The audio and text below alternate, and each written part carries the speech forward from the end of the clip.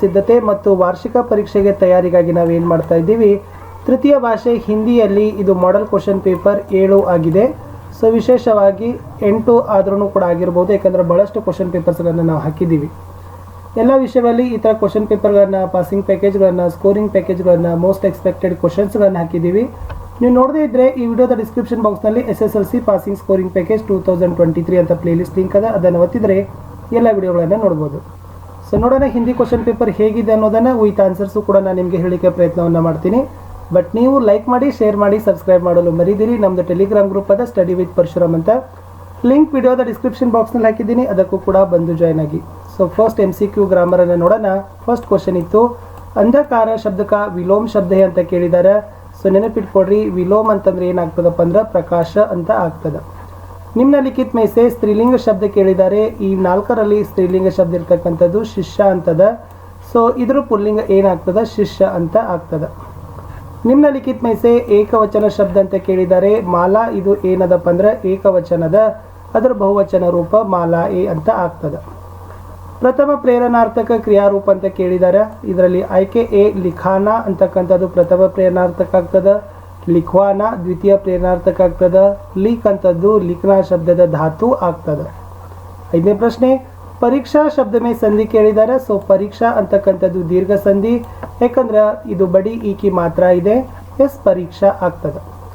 ಗುರು ದಕ್ಷಿಣ ಶಬ್ದ ಮೇ ಸಮಾಸೆ ಅಂತ ಕೇಳಿದ್ದಾರೆ. ಸೊ ಗುರು ದಕ್ಷಿಣ ಏನಾಗ್ತದಪ್ಪ ಅಂದ್ರೆ ತತ್ಪುರುಷ ಆಗ್ತದೆ, ನಡುವೆ ಕಾರಕ ಬರ್ತದೆ, ಲೋಪ ಆಗ್ತದೆ. ಗಿಲ್ಲು ಕೆ ಜೀವನ್ ಕಾ ಪ್ರಥಮ ವಸಂತ ಆಯ ಅಂತದ. ಈ ಚಿಹ್ನೆ ಏನಂತ ಸೂಚಿಸಿದೆ ಅಂತ ಕೇಳಿದ್ದಾರೆ. ಸೊ ಅದಿರ್ತಕ್ಕಂಥದ್ದು ಪೂರ್ಣ ವಿರಾಮ ಅಂತಕ್ಕಂಥದ್ದು ರೈಟ್ ಆನ್ಸರ್.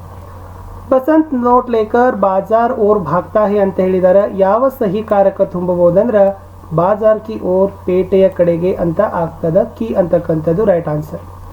ಇನ್ನು ವಿದ್ಯಾರ್ಥಿಗಳೇ ಅನುರೂಪದಲ್ಲಿ ಇರ್ತಕ್ಕಂಥ ಪ್ರಶ್ನೆಗಳನ್ನು ನೋಡೋದಾದ್ರೆ, ಗಿಲ್ಲು ರೇಖಾಚಿತ್ರ ಆದರೆ ಬಸಂತ್ ಕಿ ಸಚ್ಚಾಯಿ ಡ್ಯಾಶ್ ಅಂತ ಕೇಳಿದ್ದಾರೆ.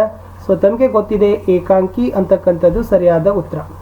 ಪ್ರಶ್ನೆ 10, ಕಾಶ್ಮೀರಿ ಸೇಬ್ ಇದನ್ನು ಮುನ್ಷಿ ಪ್ರೇಮ್ಚಂದ್ ಬರೆದ್ರೆ ಬಾಲಶಕ್ತಿ ಬರೆದವ್ರು ಯಾರು ಅಂತ ಕೇಳಿದ್ದಾರೆ. ಜಗತ್ ರಾಮ್ ಆರ್ಯ ಅಂತಕ್ಕಂಥದ್ದು ಸರಿಯಾದ ಉತ್ತರ. ಕಾವೇರಿ ನದಿ ಅದ.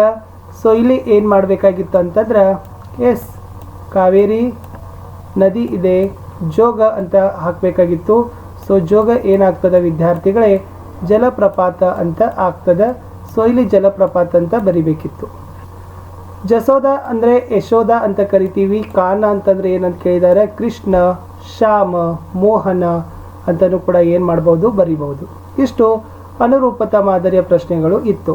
ಇನ್ನು ಒಂದೊಂದೇ ಪೂರ್ಣ ವಾಕ್ಯದಲ್ಲಿ ಉತ್ತರಗಳನ್ನು ಬರೀಲಿಕ್ಕೂ ಕೂಡ ಪ್ರಶ್ನೆಗಳನ್ನು ಕೇಳಿದ್ದಾರೆ.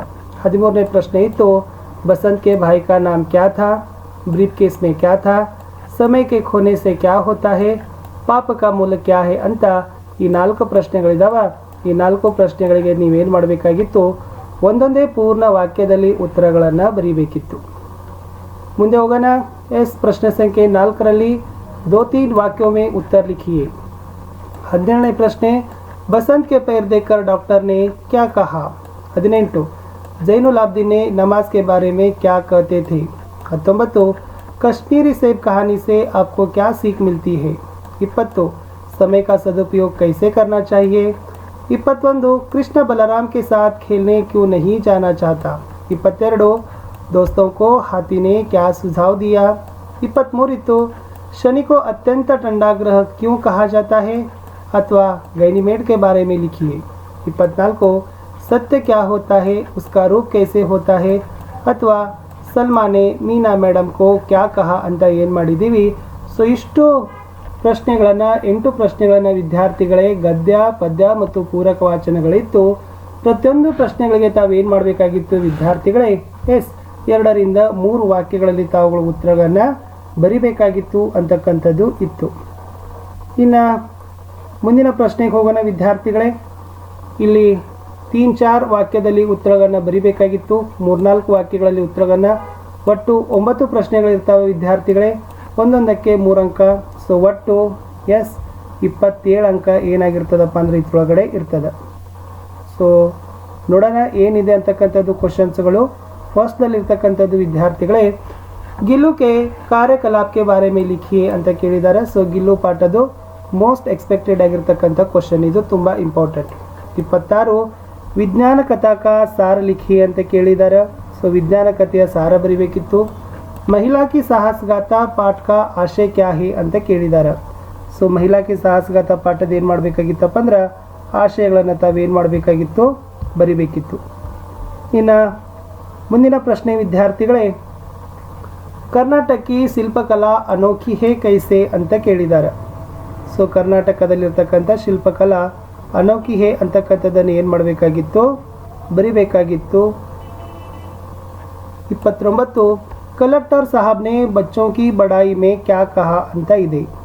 ಸೊ ಏನೆಲ್ಲ ಒಂದು ಮಕ್ಕಳನ್ನು ವರ್ಣನೆ ಮಾಡ್ತಾ ಅವರು ಹೇಳಿದ್ದಾರೆ ಅಂತಕ್ಕಂಥ ಪ್ರಶ್ನೆ ಇದೆ. ಸೊ ಅದನ್ನು ತಾವೇನು ಮಾಡಬೇಕಾಗಿತ್ತು ವಿದ್ಯಾರ್ಥಿಗಳೇ, ಬರಿಬೇಕಿತ್ತು. ಮುಂದಿನ ಪ್ರಶ್ನೆ ಇತ್ತು, ಮಾತೃಭೂಮಿಕಾ ಸ್ವರೂಪ್ ಕೈಸೆ ಸುಶೋಭಿತ್ ಹೇ ಅಂತ ಕೇಳಿದ್ದಾರೆ. ಸೊ ಮಾತೃಭೂಮಿಯ ಸ್ವರೂಪವನ್ನು ತಾವೇನು ಮಾಡಬೇಕಾಗಿತ್ತು, ಬರಿಬೇಕಾಗಿತ್ತು. ಇನ್ನು ಮುಂದೆ ದಿನಕರ್ ಜಿ ಕೆ ಅನುಸಾರ ಮಾನವ ಕಾ ಸಹಿ ಪರಿಚಯ ಕ್ಯಾ ಹೇ ಅಂತ ಕೇಳಿದ್ದಾರೆ. ಇಲ್ಲಿ ಪರಿಚಯ ಅಂತಕ್ಕಂಥ ಒಂದು ಶಬ್ದ ಬರಬೇಕಾಗಿತ್ತು. ಸೊ ದಿನಕರ್ ಜಿ ಅವರು ಏನು ಮಾಡಿದ್ದಾರೆ, ನಿಜವಾದ ಮನುಷ್ಯ ಯಾರಾಗ್ತಾನೆ, ಮನುಷ್ಯನ ಗುರಿತು ಏನಿರಬೇಕು ಅನ್ನೋದನ್ನು ಅವರು ಏನು ಮಾಡಿದ್ದಾರೆ ವಿದ್ಯಾರ್ಥಿಗಳೇ, ಕೇಳಿದ್ದಾರೆ. ನೆಕ್ಸ್ಟ್, ನಿಮ್ನಲಿಖಿತ ದೋಹೆ ಕಾ ಭಾವಾರ್ಥ ಅಪ್ನೆ ಶಬ್ದೋ ಮೇ ಲಿಖಿ ಅಂತ ಕೇಳಿದ್ದಾರೆ ವಿದ್ಯಾರ್ಥಿಗಳೇ. ಎಸ್, ಅದಕ್ಕೆ ಮುಖ್ಯ ಮುಖ ಶೌಚಾಯಿಯೇ ಖಾನ ಪಾನಕೋ ಏಕ ಪಾಲೈ ಪೋಸೈ ಸಕಲ ಅಂಗ ತುಳಸಿ ಸಹಿತ ವಿವೇಕ ಅಂತ ಕೊಟ್ಟಿದ್ದಾರೆ. ಸೊ ಇದರಲ್ಲಿ ತಾವೇನು ಮಾಡಬೇಕಾಗಿತ್ತು ವಿದ್ಯಾರ್ಥಿಗಳೇ, ಎಸ್, ದೋಹಾದ ಭಾವಾರ್ಥಗಳನ್ನು ಬರಿಬೇಕಿತ್ತು. ಮುಂದಿನ ಪ್ರಶ್ನೆ, ಗದ್ಯಾಂಶ ಕಾ ಅನುವಾದ ಕನ್ನಡ ಯಾ ಅಂಗ್ರೇಜಿ ಮೇ ಕೀಜಿಯೇ ಅಂತ ಇದೆ. ಈ ಗದ್ಯಾಂಶದ ಅನುವಾದವನ್ನು ತಾವೇನು ಮಾಡಬೇಕು, ಕನ್ನಡ ಮತ್ತು ಇಂಗ್ಲೀಷ್ನಲ್ಲಿ ಬರಿಬೇಕಿತ್ತು. सत्य की महिमा अपार है, सत्य अत्यंत शक्तिशाली है, अतः हमें सत्य बोलने का अभ्यास करना चाहिए ಅಂತ ಕೊಟ್ಟಿದ್ದಾರೆ. ಸೊ ಇದು ಏನಾಗಿತ್ತಪ್ಪ ಅಂತಂದ್ರೆ ಸತ್ಯ ಬೋಲ್ನೆ ಕಾ ತರೀಕಾ ಅಂತಕ್ಕಂಥದ್ದು ಇತ್ತು. ಇದರ ಅನುವಾದವನ್ನು ತಾವುಗಳು ಮಾಡಬೇಕಾಗಿತ್ತು ಕನ್ನಡ ಅಥವಾ ಇಂಗ್ಲೀಷ್ನಲ್ಲಿ. ಇನ್ನು 5 ವಾಕ್ಯೋಮೆ ಉತ್ತರ ಲಿಖೆ ಒಳಗಡೆ 4 ಅಂಕದ ಪ್ರಶ್ನೆಗಳಲ್ಲಿ सोशल नेटवर्किंग एक क्रांतिकारी खोज है कैसे ಅಥವಾ इंटरनेट से कौन सी हानियां हो सकती है. 35ನೇ ಪ್ರಶ್ನೆ ಪದ್ಯ ಪೂರ್ಣ ಮಾಡಬೇಕು, ಅಸಫಲತಾದಿಂದ ಹಿಡಿದು ಭಾಗವತುವರೆಗೆ. 36ನೇ ಪ್ರಶ್ನೆ, ಈ ಗದ್ಯಾಂಶವನ್ನು ಓದಿ ಇಲ್ಲಿ ಕೆಳಗಡೆ ಇರ್ತಕ್ಕಂಥ 4 ಪ್ರಶ್ನೆಗಳಿಗೆ ಉತ್ತರಗಳನ್ನು ಬರೀಬೇಕು. ಗದ್ಯಾಂಶ ಮನಸ್ಸಿನಲ್ಲಿ ಓದಿಕೊಳ್ಳಿ. ಸೊ ಪ್ರಶ್ನೆ ಇತ್ತು, ಮನುಷ್ಯ ಕೈಸಾ ಪ್ರಾಣಿ है, समाज में किस तरह लोग रहते हैं, अच्छे लोगों की संगति से क्या होता है, अच्छा फल कैसे प्राप्त हो सकता है ಅಂತ. ಮುಂದೆ ನಿಬಂಧದಲ್ಲಿ ಜನಸಂಖ್ಯಾ ವೃದ್ಧಿ ಅದ, ಅದರಲ್ಲಿ ಭೂಮಿಕಾ ಕಾರಣ ಪರಿಣಾಮ ಉಪಸಂಹಾರ ಬರೀಬೇಕು. पर्यटन का महत्वದಲ್ಲಿ ವಿಷಯ ಪ್ರವೇಶ, पर्यटन से लाभ, पर्यटन एक शौक, उपसंहार. कर्नाटक की महानताದಲ್ಲಿ ವಿಷಯ ಪ್ರವೇಶ, ಪ್ರಕೃತಿ सौंदर्य, वास्तुकला, शिल्पकला, उपसंहार बरद्र. लास्ट पत्रದಲ್ಲಿ बहन की शादी का कारण बताते हुए प्रधानाध्यापक के नाम छुट्टी पत्र लिखिए. शैक्षिक यात्रा के लिए 500 रुपये मांगते हुए माताजी के नाम एक पत्र लिखिए ಅಂತ ಏನು ಮಾಡಿದ್ದಾರೆ, ಕೊಟ್ಟಿದ್ದಾರೆ. ಸೊ ಇಷ್ಟಿತ್ತು ಈ ಕ್ವಶನ್ ಪೇಪರಲ್ಲಿ ನಿಮಗೆ ನಿಮ್ಮ ಸರಣಿ ಪ್ರಿಪ್ರೇಟರಿ ಮತ್ತು ಆ್ಯನ್ಯುವಲ್ ಎಕ್ಸಾಮ್ಗೆ ಯೂಸ್ ಆಗ್ತಕ್ಕಂಥ ಕ್ವಶನ್ಸ್ಗಳು ಇತ್ತು. ಸೊ ನಾನು ನಿಮಗೆ ಮತ್ತೆ ಸಿಗ್ತೀನಿ ವಿದ್ಯಾರ್ಥಿಗಳೇ ಹೊಸದಾಗಿರ್ತಕ್ಕಂಥ